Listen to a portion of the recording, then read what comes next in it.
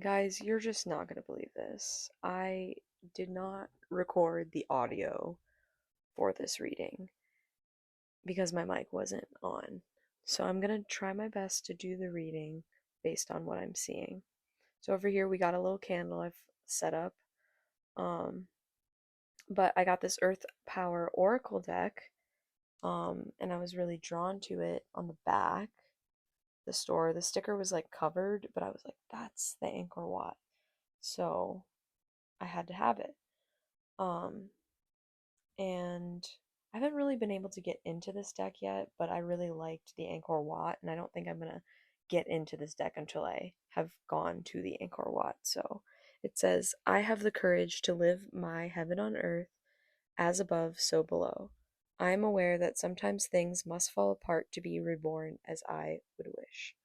So this whole idea of like a rebirth and things falling apart. Already my my reading has fallen apart because I did not record the audio, but that is okay. I think it gives me a little bit of a challenge, so I got to get creative with it. Yeah.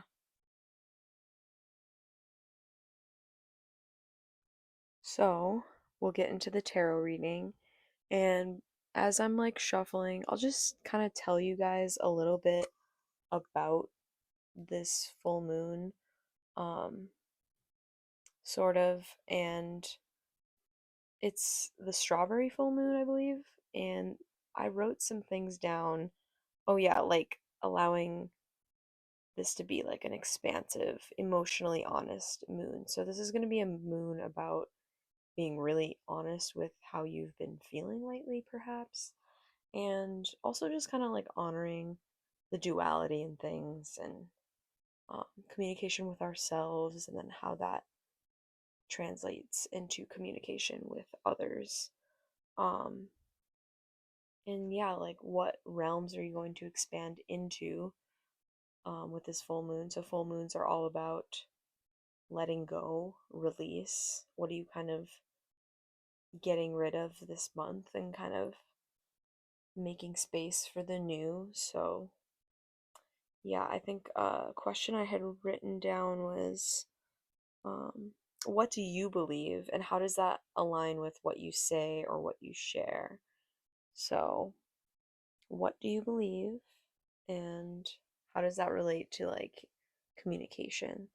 Um, Sometimes it's kind of hard to articulate what we actually do believe, or what we do want, but um, what we do believe is really close to our hearts. And it's, yeah, because it's close to our hearts, we're really emotionally attached to the things we believe in. Um, and I'm personally was very attached to what I had said in that first reading. It was so special to me, but at the same time, I think lately something I've been wanting for myself is to challenge myself um a bit more. And yeah, so having courage to live your heaven on earth. And I love that line because like the Angkor Wat being like this idea of heaven on earth, and like people that I'm like are my ancestors, Cambodian people, and just humans in general too. We've created so much, and we've created these things that are just supposed to replicate beauty and heaven on this earth. And it does require a lot of courage to kind of dream up that dream of what you envision heaven to look like. So at the top of the deck, we had the Hierophant. So very strong um, religious order and belief in the initial taking in of this reading. Um, I had to shuffle it quite a bit because I had some crap in there. And a little fortune that says, a funny movie will make your evening delightful. And so my sister, she put me on to this like romantic comedy anime because I those are the only ones I like, and I've been watching it really recently. It's called Love is War, and I really like it because sometimes I get really serious about love, and it's kind of funny to see these two like teens like get super serious and like kind of battle over each other, and then like kind of hear their internal dialogue. So I've been enjoying the comedy in that. Um, so we have the Five of Cups, which represents some sort of disappointment, or dissatisfaction. Because this is the first card, we'll pull three. Um, you're a little unsettled or feeling like upset about something. This is sometimes the card of like crying over spilled milk.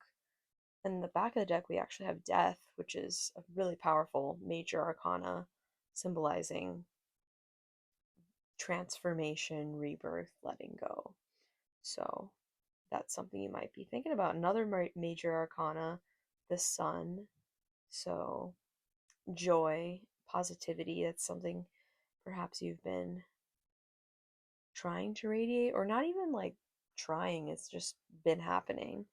Um, and with the Gemini season, we have duality of, you know, things. So we have disappointment over here on the left, and then we have the Sun, which is happiness, joy, this inner child that's coming out in you. So maybe something you would have cried about over, as a child, you're kind of coming to terms with and finding joy in things that maybe have emotionally hurt you before. And so the King of Wands comes in reversed, and I was really getting this like creative block from the collective, and I've been experiencing it too. Um, but you know, with that creative block, um, we need to sort of you draw like more confidence inward. And how do we do that? How do we feel more confident? First, starting with the Five of Pentacles or Five of Cups, really understanding these feelings, the disappointment, the sadness, and acknowledging that pain, and being able to let it go, with the Death card in the back of the deck energy. Um, and we have the Sun here too, which comes right after the sadness and the disappointment. Um, the Sun wants us to be happy. Our inner child wants us to be happy. But something still hurt us, and it takes time to process that, and really feel that out. So through that process of understanding, I was sad, and um, that that I once felt is no longer. I can actually begin to create, and not necessarily create a physical piece of art. Maybe you are an artist and you need to physically create something, but you're blocked. Like, what about the landscape of our lives? What are you creating on this planet? What are you embodying in your day to day? If your inner child was here, what would they have to say, um, about how you're dealing with conflicting emotions? Your inner child would probably throw a tantrum, but also your inner child at the end of the day just wants to have fun. So are you going to let yourself continue to be sad? I mean, yeah, actually let yourself be sad for as long as you need to. Um, but realize that duality with the happiness and the sadness. Um, so I do see a trigger, but with that trigger, there's some light coming and shining through, and there's something positive to look forward to. So yeah, and I think about this experience of life, and I was kind of alluding to a person that was close to me that passed about a year ago around this time. And at this time, this week specifically, we spent a lot of time together, like the last few weeks of their life. And we work with children, so of course, this like Sun card energy of being with kids, and feeling or experiencing that own inner child just with the presence of actual children, um, is so powerful. I'm also going to pull from an Eternal Light, from the Eternal Light deck, but before I do, I'm just going to talk a little bit more about the cards because they really, like, I'm still thinking about how there's so many connections there. Oh, I think actually I probably should get into the Eternal Light deck now because um, one of the cards is what triggered that memory of that person in this reading. Um, it's so interesting doing um, my reading, filming it, and then refilming the audio over it. So this will be interesting. Let me know what you guys think. Um, and I've gotten these two cards before. I held on to them, so they came out together. Um, so I'm kind of revisiting them personally. Um, Web of Life and Spiritual Reality. So, Web of Life, one day we will collectively evolve to be as wise as trees and flowers. The love in our hearts shall flow and fill every atom of space, leaving no room for misunderstanding, hatred, or fear. Make that day today. Focus on love and compassion, and only your tears will be of joy. And yeah, the tears of joy, the Five of Cups, and then the Sun. Um, we have spiritual reality. So, to cope with separation from a loved one, remember that we are all connected. Neither time nor space can separate that which is united in love. The entire